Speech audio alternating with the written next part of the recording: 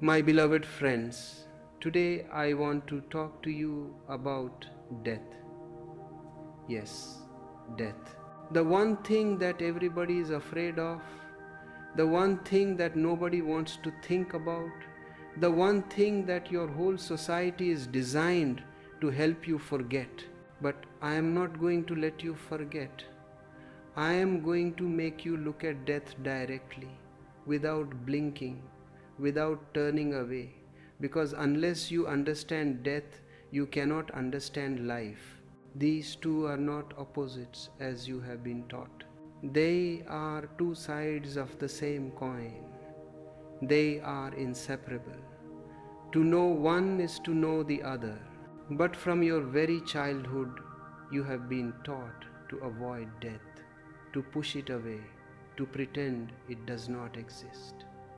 When someone dies in your family, the adults whisper about it. They do not want the children to know. They send the children away. They tell lies. They say grandmother has gone on a long journey, or grandfather is sleeping, or your pet dog has run away to live on a farm. They create elaborate fantasies to protect you from the reality of death. And what is the result of this protection? The result is that you grow up with a deep unconscious fear of death, a fear that colors everything you do, every choice you make, every relationship you form. This fear of death is the foundation of all your other fears. You are afraid of losing your money, your position, your reputation, your relationships. But what is behind all these fears? The fear of death. You are afraid that without money you will not survive, that without position you will be nobody, that without relationships you will be alone, and ultimately you will die. Everything you do in life is an attempt to avoid death, to postpone death, to forget death. You accumulate things, you build empires, you create families, you achieve success. And all of this is just a desperate attempt to convince yourself that you are not going to die, that you are permanent, that you will last forever. But you will not last forever. You are going to die. This body that you think is you, this mind that you identify with, this personality that you have worked so hard to create, all of it is going to disappear. One day, maybe today, maybe tomorrow, maybe 50 years from now, you will be gone. And all your accumulations, all your achievements, all your relationships, all your memories, everything that you think is so important will be meaningless. The people who loved you will cry for a few days and then they will move on. The world will continue exactly as before. It will be as if you never existed. Now, this is a very depressing thought if you think you are the body and the mind. If you think you are this name, this form, this personality, then death is the end, the ultimate defeat, the final catastrophe. And this is why people are so afraid of death. But I am here to tell you something revolutionary, something that will change your whole perspective. You are not the body, you are not the mind, you are not this name and form. These are just garments that you are wearing, costumes that you have put on for this drama called life. Your real nature is something that cannot die because it was never born. Your real nature is consciousness, pure awareness, eternal existence. It has no beginning and no end. It simply is. But you have forgotten this. You have become identified with the body and the mind. You think you are a separate entity, isolated, alone, vulnerable, mortal. And this false identification is the source of all your suffering, all your fear, all your anxiety. The moment you were born, the fear of death entered you. A newborn baby cries not just because of hunger or discomfort, but because on some deep level it knows that it has entered the realm of death, that this body that has just been born will one day die. And from that moment on, your whole life becomes a struggle against death. You try to make yourself secure. You build walls around yourself. You accumulate money, property, insurance policies. You create relationships, families, communities. You follow religions that promise you life after death, heaven, paradise, rebirth. You do everything possible to deny the reality of death. And the more you deny it, the more it haunts you. The more you try to forget it, the more it obsesses you. It is like trying not to think of a black elephant. The moment I tell you not to think of a black elephant, what do you think of? A black elephant. The more you try to avoid death, the more present it becomes in your life. And this fear of death poisons everything. It poisons your love, because when you love someone, you become afraid of losing them. It poisons your joy because every moment of happiness carries with it the shadow of its ending. It poisons your ambitions because every success is temporary. Every achievement is followed by decline. It poisons your relationships because you cling to people out of fear. You possess them. You try to control them. And in doing so, you destroy the very love you are trying to preserve. Everything in your life is contaminated by this fear of death. So what is the solution? The solution is not to fight death, not to avoid it, not to deny it. The solution is to accept it, to embrace it, to understand it so deeply that the fear disappears. And when the fear disappears, something miraculous happens. When you are no longer afraid of death, you are no longer afraid of life. When you accept that you are going to die, you become free to really live. Most people do not live. They just survive. They just go through the motions. They are so busy protecting themselves from death that they forget to live. They are like misers who are so afraid of losing their money that they never spend it, and they die with their treasure unused. I want you to live totally, passionately, intensely, as if each moment is your last. And it is. Each moment is your last moment, because this moment, once gone, is gone forever. It will never come back. You can never step in the same river twice. Time is flowing, life is flowing, and you are flowing with it whether you like it or not.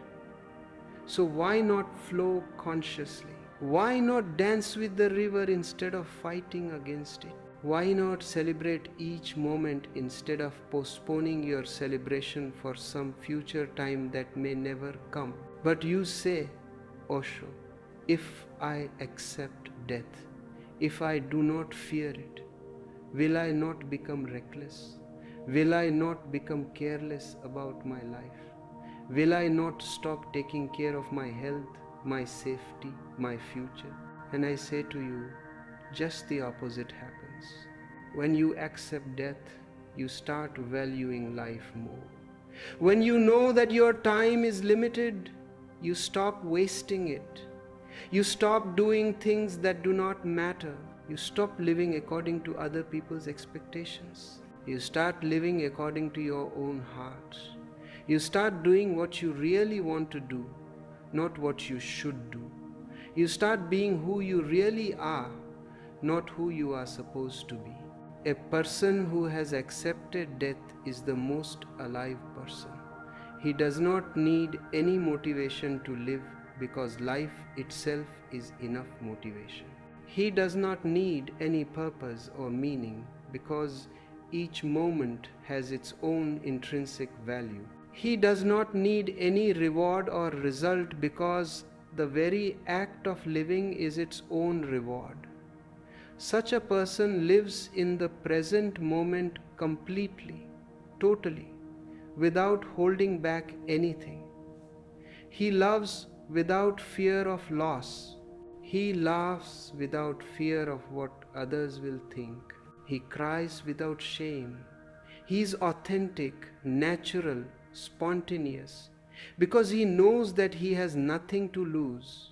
Death is going to take everything anyway.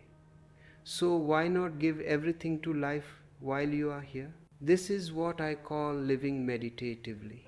Not escaping from life into some monastery or cave, not renouncing the world and becoming an ascetic, but living fully in the world, engaging with life totally, and yet remaining detached, remaining aware, remaining centered in your being. You participate in everything, you enjoy everything, you celebrate everything, but you do not cling to anything because you know that nothing is permanent, everything is changing, everything is flowing, and you are just a witness to this great play of existence. Now, let me tell you something even more radical. Not only should you not fear death, you should actually welcome it. You should be grateful for it. You should celebrate it. Because death is not your enemy. Death is your friend. Death is the greatest teacher. Death is the one who gives meaning to life. If there were no death, life would be meaningless. If you were going to live forever, what would be the hurry to do anything? What would be the excitement? What would be the intensity? You could postpone everything indefinitely. You could say, I will do it tomorrow or next year or next century. But because death is there, because time is limited, each moment becomes precious. Each moment becomes unique. Each moment becomes unrepeatable. Death is also the one who makes love possible. If you and your beloved were going to live together forever, your love would die long before you do. It would become boring, routine, dead. But because you know that any moment one of you might die, any moment you might be separated forever, your love has an intensity, a depth, a poignancy that it would not have otherwise. Every meeting becomes precious because it might be the last. Every kiss becomes total because tomorrow is uncertain. Death is the salt that gives taste to life. Without death, life would be insipid, flat, meaningless. And death is also the gateway to transformation. In fact, you cannot be transformed without dying. The old must die for the new to be born. Your ego must die for your consciousness to flower. Your false personality must die for your authentic self to emerge. This is what all the great mystics have been saying throughout history. Jesus says, unless you are born again, you cannot enter the kingdom of God. What does it mean to be born again? It means to die to your old self, to die to your ego, to die to your false identity, and to be reborn as pure consciousness, as pure being, as God Himself. But people do not understand this. They think that being born again means joining some religious sect, getting baptized, following some rituals. No. Being born again is a deep inner death and rebirth. It is a psychological death, a spiritual death, a voluntary death. You die consciously, willingly, knowing exactly what you are doing. You let go of everything you have been clinging to. You drop all your identifications. You say goodbye to your past, to your memories, to your conditioning, to your beliefs, to your ego. And in that death, in that total let go, something new is born. Something that was always there but was hidden behind all your false layers. Your true self, your original face, your Buddha nature. This is the real meaning of meditation. Meditation is not a technique. It is not a practice. It is a death. When you sit silently and watch your thoughts, when you observe your mind without getting involved, without identifying, you are practicing death. You are learning to die. You are separating yourself from your mind, from your body, from your personality. You are becoming the witness, the observer, the consciousness that is beyond all these things. And the more you practice this witnessing, the easier it becomes to let go, to die, to surrender. And then one day, if you persist, if you are sincere, if you are total in your meditation, a moment comes when you die completely. Your ego disappears, your mind stops, your thoughts dissolve, and there is only pure silence, pure emptiness, pure nothingness. This nothingness is not negative, it is not absence, it is fullness, it is presence, it is everything. The Buddhists call it nirvana, the Hindus call it moksha, the Sufis call it fana, but the experience is the same. It is a death that leads to eternal life. It is losing yourself to find yourself. It is dying to be reborn. But let me be very clear. This death I am talking about is not physical death. Physical death will come anyway. You do not need to do anything for it. It will come on its own at the right time. What I am talking about is a conscious death, a psychological death, a death that happens while you are still alive in the body. This is the greatest miracle, the greatest achievement, to die while living, to be in the body and yet not be of the body, to be in the world and yet not be of the world. This is what enlightenment is. This is what liberation is. This is what all the Buddhas have achieved, and I am here to tell you that you can achieve it too. It is not something for special people, for saints and sages and mystics who live in caves.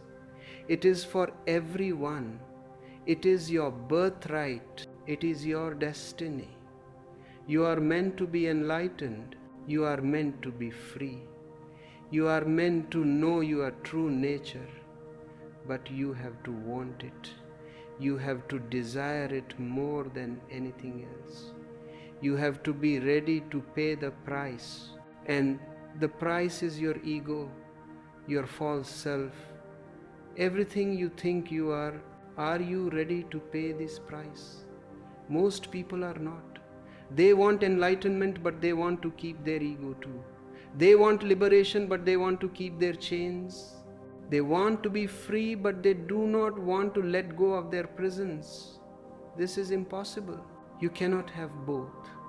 You have to choose either you or God, either the ego or the soul, either death or life. You cannot have both. And this brings me to another controversial topic that I want to address. Your religions have lied to you about death.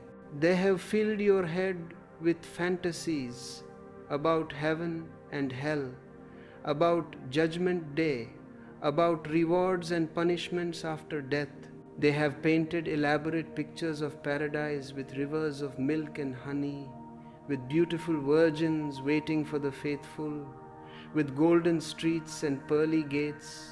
And they have painted equally elaborate pictures of hell with fire and brimstone, with demons and torture, with eternal suffering for the sinners.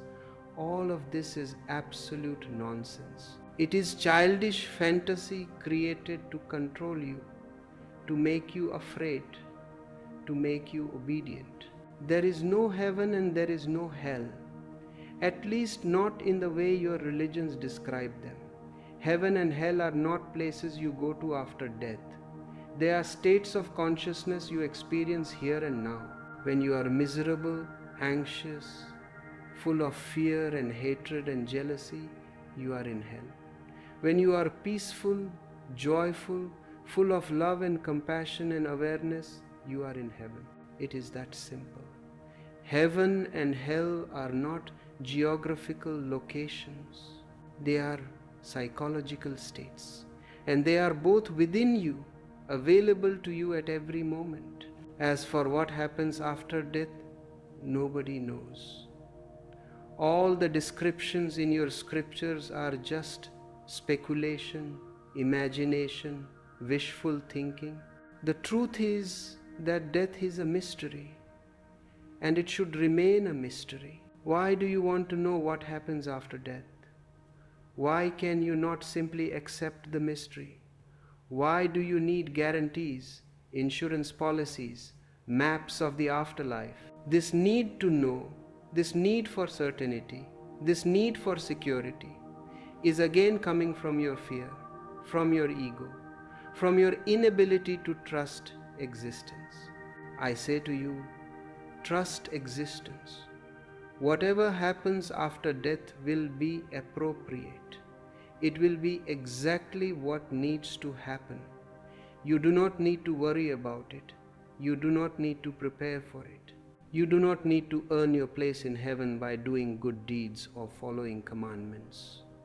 All of that is just ego, trying to manipulate even death, trying to make a deal with God, trying to buy its way into paradise. True religiousness is not about earning rewards or avoiding punishments.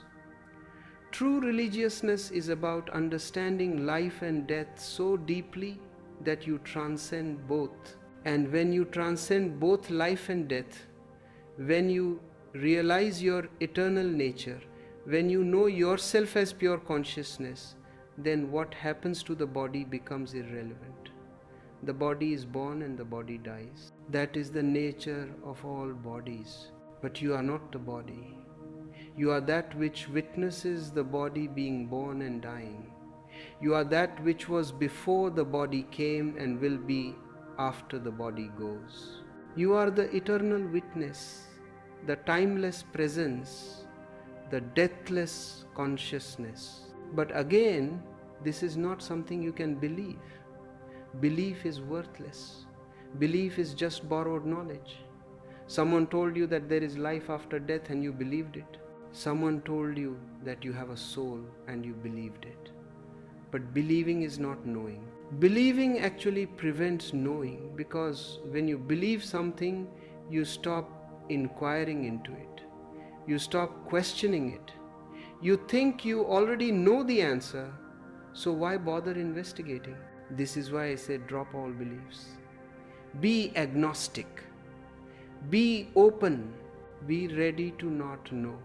And from this state of not knowing, from this openness, real knowing can happen.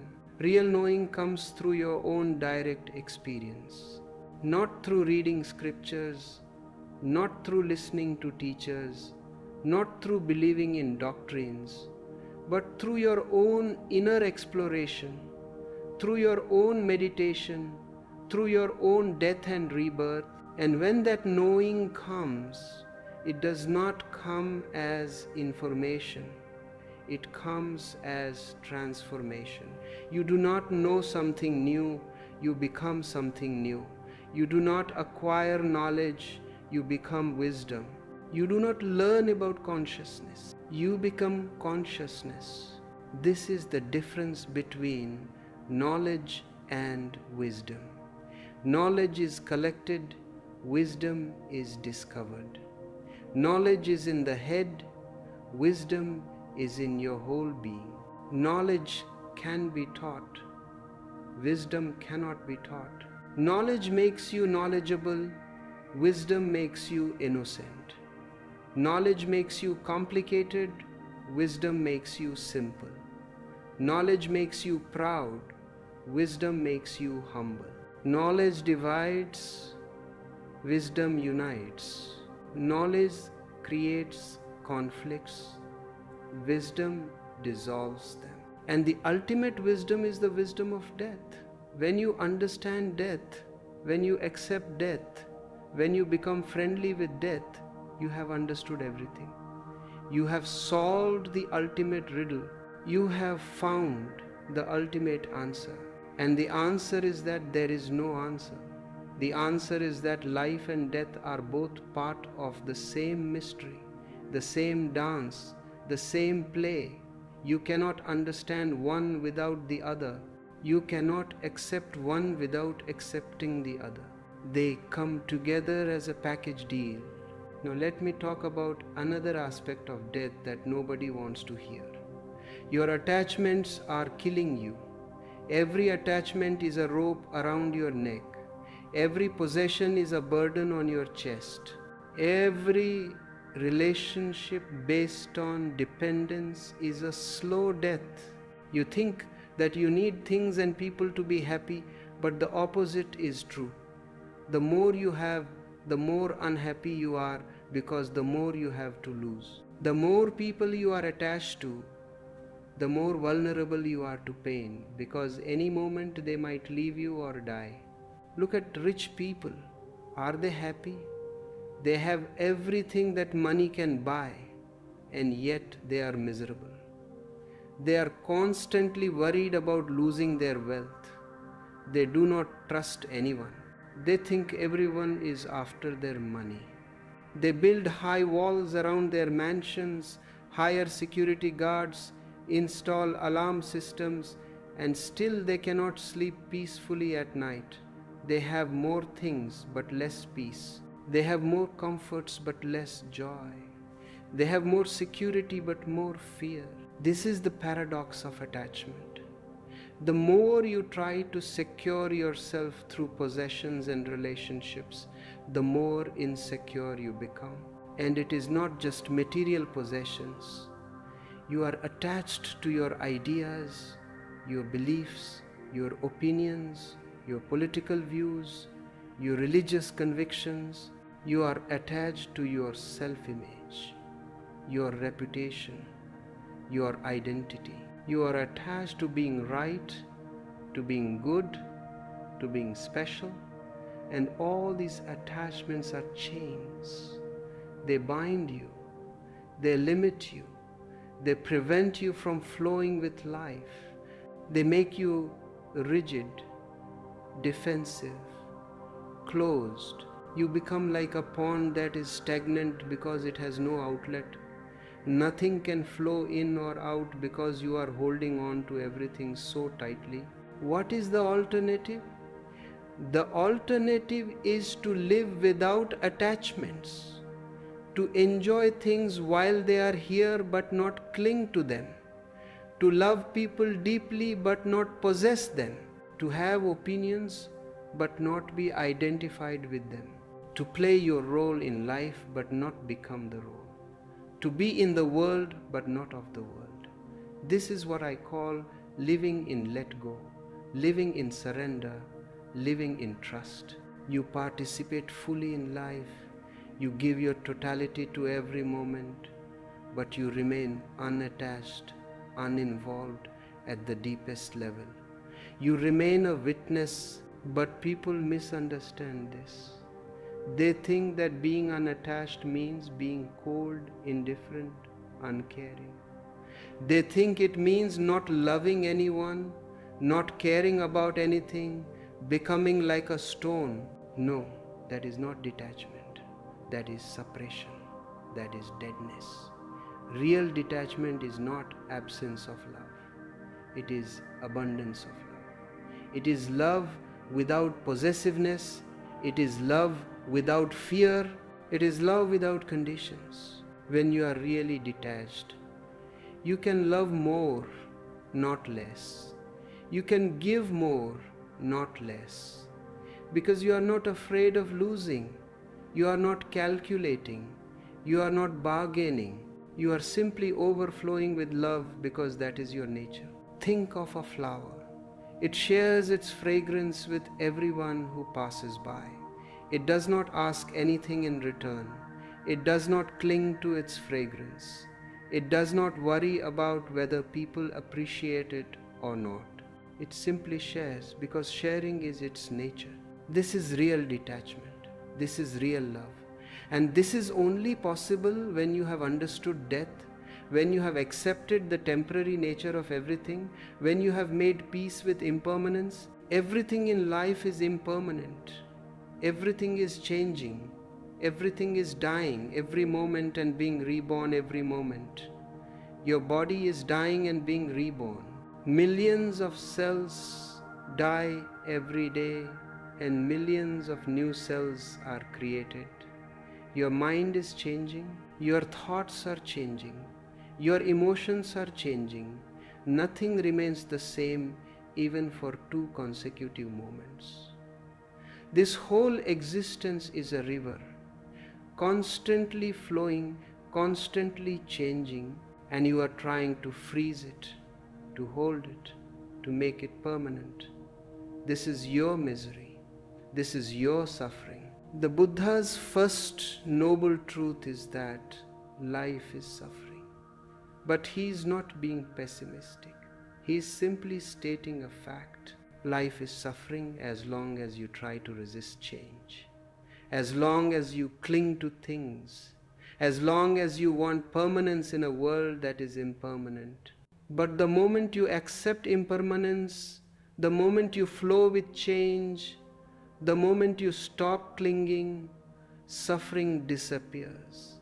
Then life is no longer suffering. Then life becomes a celebration. Then even death becomes a celebration.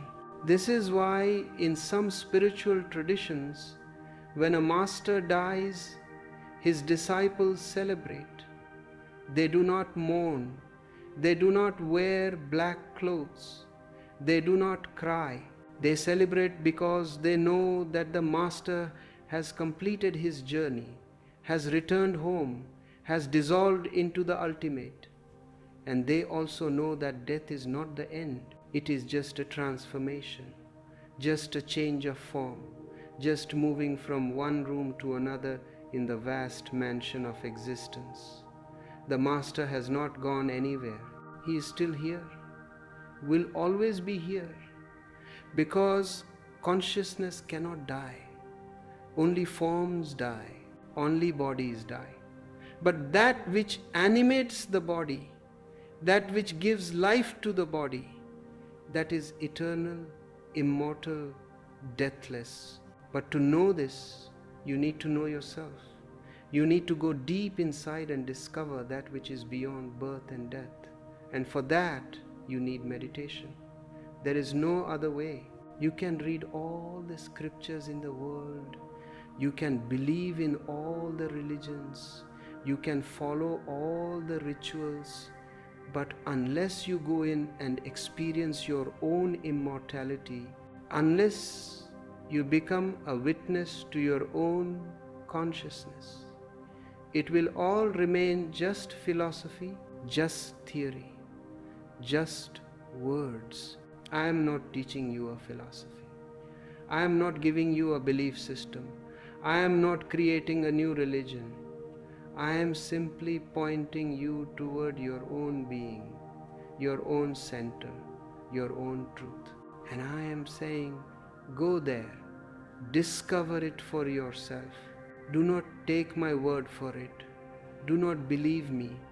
Experiment, try, meditate, sit silently, watch your thoughts. Go deeper and deeper until you reach a point where there are no thoughts, where there is only pure awareness, pure presence, pure being.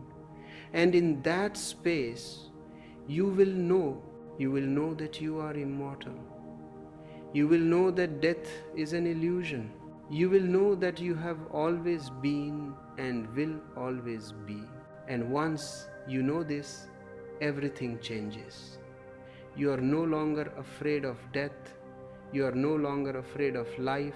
You are no longer afraid of anything, because there is nothing to fear. Fear comes from the false identification with the body and mind. when that identification breaks, when you realize you are not the body-mind but the consciousness that witnesses the body-mind, fear simply disappears. And when fear disappears, love appears. Real love, unconditional love. Love that asks nothing in return. Love that is simply a sharing of your being. Love that is your fragrance. This is the goal of all spiritual search. Not to go to heaven after death, not to avoid hell, not to earn merit or good karma, but to know yourself here and now, to realize your true nature here and now, to become awakened here and now. And when you are awakened, you realize that there is no death. There never was death. Death is just a word, just a concept, just a fear created by the unaware mind. In reality, there is only life, eternal life, continuous life. Life that goes on and on in different forms, different bodies, different experiences, but always the same consciousness, always the same awareness, always the same being. So I invite you to stop running away from death. Stop denying it, stop fearing it. Instead, look at it directly. Contemplate it, meditate on it, make it your friend, learn from it. Let it teach you the most important lesson, that you are not the body, you are not the mind, you are pure consciousness. And pure consciousness cannot die. It is eternal, it is immortal, it is divine. It is what the religions call God, but I prefer to call it your true nature, your original face, your Buddha nature. And remember, you do not need to wait for physical death to experience this.